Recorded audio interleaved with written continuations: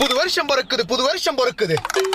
எத்தனை வருஷம் ஆனாலும் வாழ்க்கை அப்படியே தான் இருக்குது. போன வருஷத்துல என்ன எவன் ஏமாத்துறானோ இந்த வருஷத்துல அவனுக்கு கை கால் வழங்காம போவேன். இந்த வருஷத்துல நான் வாழ்ற வாழ்க்கையை பார்த்து அவனுங்களா லாரி டயர்ல ஊந்து சாவ.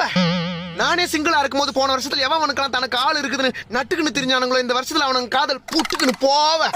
யோ புடுபுடுப்புக்காரன் தானே நீ? ஏன் பார்த்தா அம்பானிக்கு அத்தை பை மாதிரி தெரியுதா? நக்கல் தாயா உனக்கு. புது வருஷம் பிறக்கும் போது எதுக்கு சாபமா விட்டுன்னு தெரியற? நான் பண்றது 12 மாசத்துல பட்ட கஷ்டங்கள் அப்படி என்ன பட்ட சொல்றேன் கேளு. சொல்லு. வருஷம் ஆரம்பிக்கும் போது எல்லாரையும் நம்பு.